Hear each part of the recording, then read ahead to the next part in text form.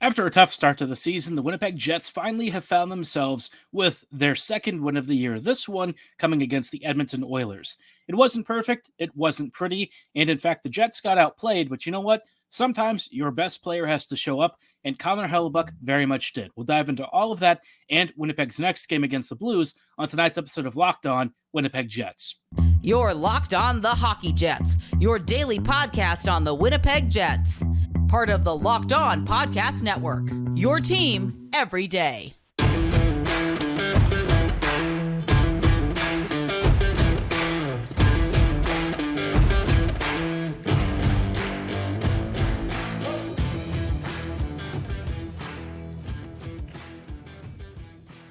Hello, friends, and welcome to tonight's episode of Locked On Winnipeg Jets, part of the Locked On Podcast Network, your team every day.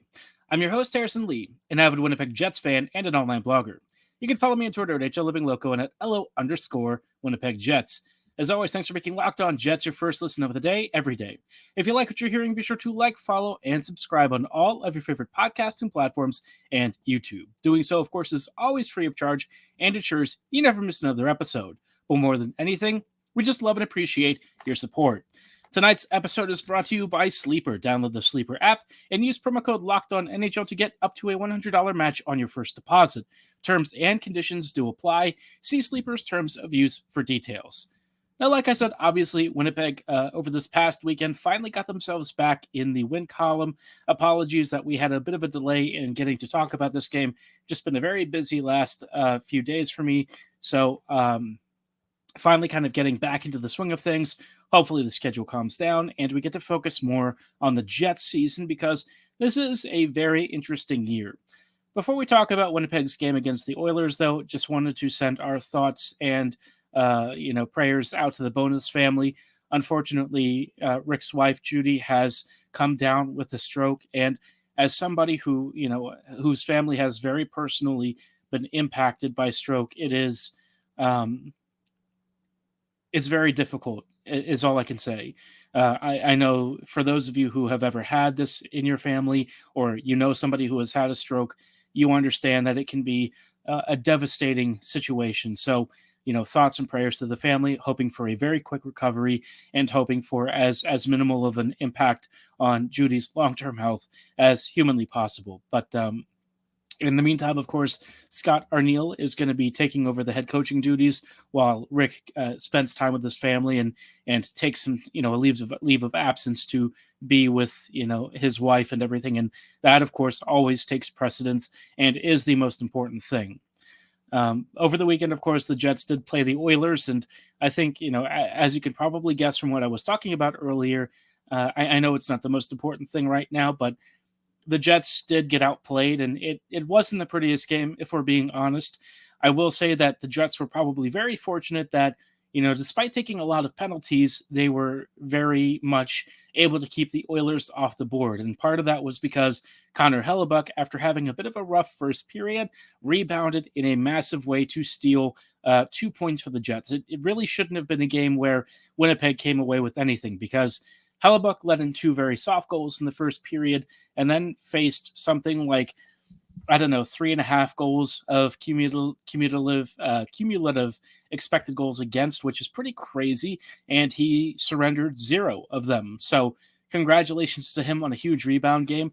I think a lot of this season so far has been characterized by a bad PK and bad goaltending, and when you have both of those at the same time, it can be really tough for a team to overcome that. But thankfully, Winnipeg's best player stepped up in a big way and, frankly, stonewalled the Oilers, which, look, is that a sustainable way to win? No. But I think in the context of where the Jets season has kind of stalled out so far, I would take it, right? This is one of those games that can perhaps stem the bleeding, get you back in the win column, and maybe help you build a little bit more confidence. Because in 3 out of the 5 games the Jets have played so far, they've outplayed their opponents, but they've only gotten 2 wins to show for it. And one of those wins, they didn't even outplay their opponents. So, one of those situations where you sort of throw your hands up and say, it is early in the year, but by the same token, big road win. one that I think the Jets desperately needed. And if nothing else, it hopefully restores at least a little bit of confidence that they can pull this off. I think obviously, this season is very much one that has already faced a lot of early adversity.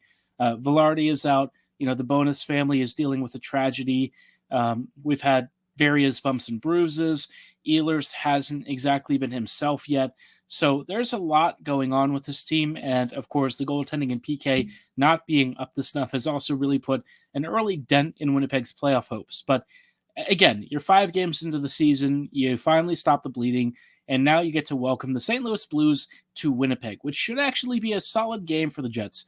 I think of the teams that Winnipeg could face, this is perhaps not as tough of an opponent as Winnipeg might be worried about. Still not an easy one, but the Blues are not exactly a team that over the past couple of seasons I think has really impressed me much. They are at this stage kind of on the downswing of things, but as of right now, they are actually ahead of the Jets in the standings, and I'm sure that is something that Blues fans will perhaps in the meantime get on me about in the comments. But other than that, we'll talk about that game later and sort of the lineups. But I think the biggest thing to take away from the game against the Oilers is that the Jets, they needed a big performance from their big goalie, and he showed up in the most impressive fashion that we've seen from him thus far. Like I said, you don't want to be one of those teams that gets massively outplayed and relies on your goaltending to save you, but in those games where perhaps you don't control the play as much, where you maybe struggle to create opportunities and get out under the forechecking of a team that has as much skill and as much speed as the Oilers do, well, sometimes it'd be nice if you got a few extra saves, and oh boy, did Hellebuyck give the Jets exactly that. So huge road win, couldn't have come at a better time, and for Winnipeg now things are about to get a little bit more complicated, but obviously, it is what it is. You have to control what you can, and in the midst of all of this, Arniel is going to have to make some pretty big changes and keep things going for as long as possible while the Bonus family recovers, recuperates, and gets the rest that it needs. So a lot riding on Arniel's shoulders. Scott, at one point, I think, was a candidate to become the head coach. This could be an interesting preview for some as to what he might be in this capacity. For my money, I don't really see him as a head coach that I think would really fit Winnipeg's future, but perhaps he'll surprise us when he takes over for tomorrow's game. But obviously, there's a lot to kind of get through and talk about with the Jets. And one thing that I thought would be worth spotlighting is the arrival of a couple of players who have been particularly good and, are former Kings. But one of those guys, I would say, has really stood out above the rest. We'll talk about why Alex Iafallo has become a very important key cog to Winnipeg's early success so far, and why he might be a guy that perhaps the Jets keep around for a little bit longer. Before we go any further, though, I do want to shout out our friends and partners at Sleeper. A new NHL season brings all sorts of possibilities. Scheifele scores 50 goals. Perhaps the Jets even hoist the Stanley Cup. And you could win big by playing daily fantasy hockey on Sleeper, the official daily fantasy app of the Locked On NHL Network. Sleeper is our number one choice for daily fantasy sports and especially daily fantasy hockey. Because of Sleeper, you can win 100 times your cash in daily fantasy hockey contests. Obviously, when it comes to the Jets, we have a lot of really talented players, but you know what? Figuring out which ones are going to perform at the top of their game can be a bit of a challenge. Perhaps you're looking at the Oilers and you see McDavid, or maybe you even pan over to the Avs and you're thinking, this is going to be Cale Makar's night. You can win up to $100 your cash input, but the only way you can do so is by playing Sleeper's daily fantasy hockey. This is the best time to get in on the action. You've also got great group and team chats to allow you to catch up with your friends and see how they're doing in their leagues. And of course, entries can be made in under a minute. All you have to do is pick whether the top players in the league will record more or less than their Sleeper projections for things like goals, assists, saves, plus or minus, and so much more in a given game. To win a 100 times your bet on Sleeper, you need to correctly predict the outcome of 8 player stats. You heard me, Winnipeg Jets fans, you can win 100 times your cash input playing daily fantasy hockey with Sleeper. So start paying attention and nail your picks so you can start winning big. Use promo code LOCKEDONNHL and you'll get up to a $100 match on your very first deposit. Terms and conditions apply. That's code LOCKEDONNHL. See Sleeper's terms of use for details and locational availability. Hello, friends, and welcome back to this episode of Locked On Winnipeg Jets, part of the Locked On Podcast Network. Your team every day. Everydayers, thank you so much for rejoining us in tonight's episode as we talk about Winnipeg's recent arrivals, and I want to spotlight one in particular who I was actually fairly high on, a guy that I think a lot of people maybe overlooked in the Dubois trade, which is easy to do because obviously when you have a choice between Gabriel Vilardi and Alex Iafallo and Rasmus Kupari, there's one guy who definitely stands above the rest in that duo or in that trio, and that's, of course, Vilardi, right? Gabriel was the big piece of this trade, a guy that I think could actually outperform Dubois in certain categories and maybe even is a more complete player in both ends of the ice. But circling back to it, right? When I saw Alex Iafallo being dumped in the trade, I was actually intrigued because for me, I've actually gotten to watch Iafallo over the years. He and Kempe were kind of part of this Kings offense that was sort of in a transition period. I almost liken it to the Orioles of the last few years, right? Where you had Anthony Santander, who was obviously very good for Baltimore, but at a time when the team was weak, he was one of the few bright spots. And now he's on a team that's very deep, that has a ton of talent, and where he can kind of be, not just a top-end player, but part of a really good surrounding cast. And Iafallo had become a very similar player. But what was interesting with Alex was that he was sort of, I would say, in the peripheral of LA's view, right? A guy who's obviously very good in a middle six role. I think you look at his production levels, and certainly you got at least somewhere in the middle six to third line territory, which is pretty nice. But with Iafallo, what I always thought with him was that he was very smart, right? He knew where he was or where he should be to get into dangerous scoring areas. And I thought to myself, well, maybe, just maybe, if you get him into like a good lineup, right? A team that's got more offensive depth, that has systems that encourage high pressure and forechecking, and that maybe take advantage of his ability to work really well down low, perhaps you actually start to see a little bit more of what made him a very intriguing talent several years ago. Now, that's not to say that Iafallo is going to become like a 50-goal scorer. I know I just talked through that sleeper ad where I said maybe Scheifele does, but Iafallo, I think, will always be one of those guys who's more in the maybe 15 to 20 goal range, 25 if we're being really optimistic. I think that would be like an amazing season from him. But as it is so far, Iafallo's already got 3 goals or so and a handful of points to start the year. I think what's really stood out for me with him is that he understands space at an elite level. He's constantly in the right areas to make something happen. And obviously, a lot of players can do that. But I think Iafallo having not only the mental awareness, but also the physical tool sets to execute on these passes and plays and stuff makes him a really versatile threat. And of the guys who came over in this trade, he's already had the highest points output for the Jets. Honestly, I think he might even have more points than Dubois does right now as well. So really impressive to see Iafallo fit in. Obviously, Kupari himself has been no slouch. He actually got clocked as the fastest player in the NHL as of their new advanced stats tracking with that Edge program. But Kupari, he doesn't always have, I guess, the final finishing product. He's still very good at what he does, but I think you can comfortably look at him as like a bottom six center. With Iafallo, there's a chance that he might be a little bit more for the Jets than just a third liner. He's not going to be a guy who's going to replace, a Kyle Connor or perhaps even a Mark Scheifele. But I think as a player who is very capable, very skilled, and brings enough offense to be useful in a middle six role, the Jets really couldn't have gone worse or really couldn't have gone much better than they're getting with Iafallo. I saw somebody describe Alex as like a very budget version of Matthew Perreault, and I think that's kind of a similar comparison. I think that's pretty apt, right? Iafallo and Perreault were both very smart players who know how to work down low, who know how to get into dangerous scoring areas around the goal mouth, and who actually have the ability to execute on that without sacrificing, some of that forechecking ability and pesty nature that can be a real pain for opposing defenders to deal with. So Iafallo already fitting in like a glove. I guess kind of circling back to Kupari, what I think has stood out for Rasmus is that he's been a really solid addition for both even strength and PK stuff.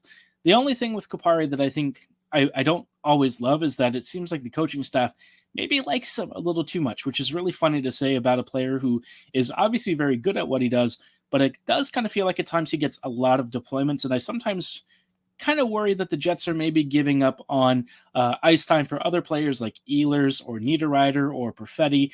Those guys, are players who can provide more offensive punch, right? Perhaps, an extra layer of skill that maybe Kupari doesn't always have.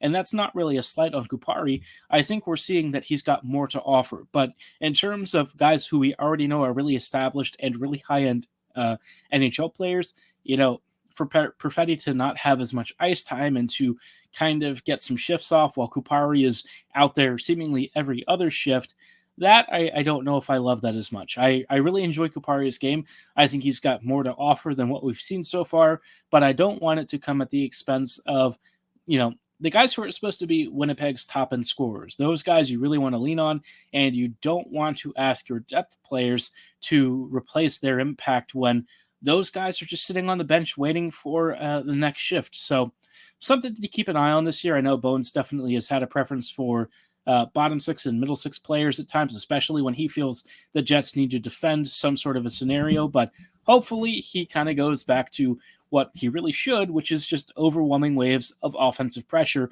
with lots of skill. Now, of course, tomorrow, the Jets are going to have to be a little bit shorthanded with the coaching staff. Bonuses making way for Scott Arniel to take the reins while Rick attends to his family. And hopefully this will be a good game. We'll talk about who the Jets should be worried about from the Blues and what they can expect with St. Louis's lineup. Before we go any further, though, I did want to shout out our friends and partners at eBay Motors. Passion, drive, and patience. What brings home the winning trophy is also what keeps your car or truck alive. eBay Motors has everything you need to maintain your vehicle and level it up to peak performance. From superchargers to roof racks, exhaust pipes, LED headlights. No matter what you're into, whether you want speed, power, or style, eBay Motors has your back. With over 122 million parts for your number one vehicle, you'll always find exactly what you're looking for. And with eBay's guaranteed fit, you can be sure that the part fits your ride the first time, every time, or you get your money back. With the eBay Motors, you're burning rubber, not cash. With all the parts you need at the prices you want, it's easy to turn your car into the MVP and bring home the victory. Keep your ride or die alive at ebaymotors.com. Eligible items only. Exclusions apply. eBay guaranteed fit is only available to U.S. customers.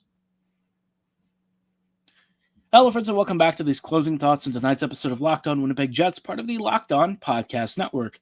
Your team every day. Everydayers, thank you for joining us in these closing thoughts as we prepare for Winnipeg versus the Blues. This will be their first matchup this year. First time Winnipeg is seeing a team that has, quite frankly, gone through some rather big changes. I think the Blues over the past few years have become a squad that you can comfortably say is prepared more for the future than the present.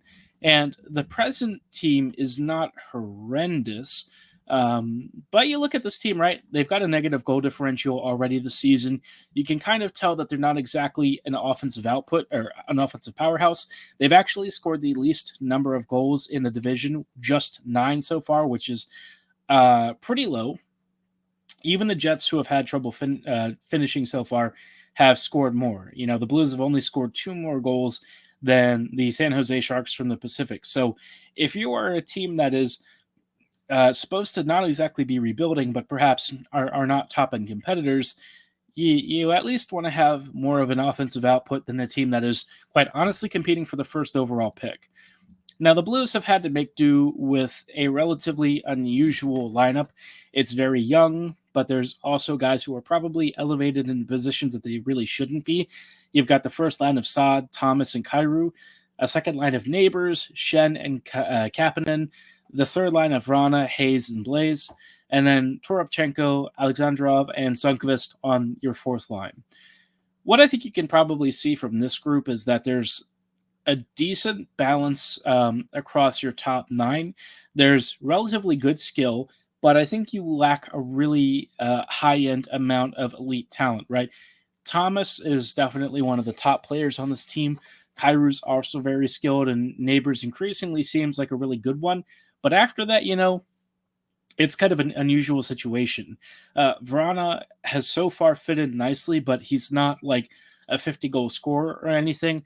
And I think you look at, Shen, Hayes, Kapanen, some of these other veteran players who are still good, but they're not elite or really high-end producers. Not anymore. They used to be, and in Shen and Hayes' cases, maybe they still can be, but I think you're asking a lot for a team that just doesn't really have the elite goal scoring and playmaking ability that it used to.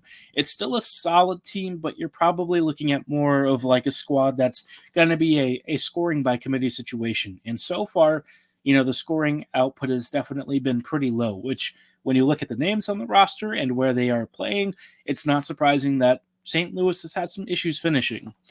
On the defense, though, they've got Leddy and Parayko as your top pairing, Krug and Falk as the second, and Scandella and Tucker as your third pairing.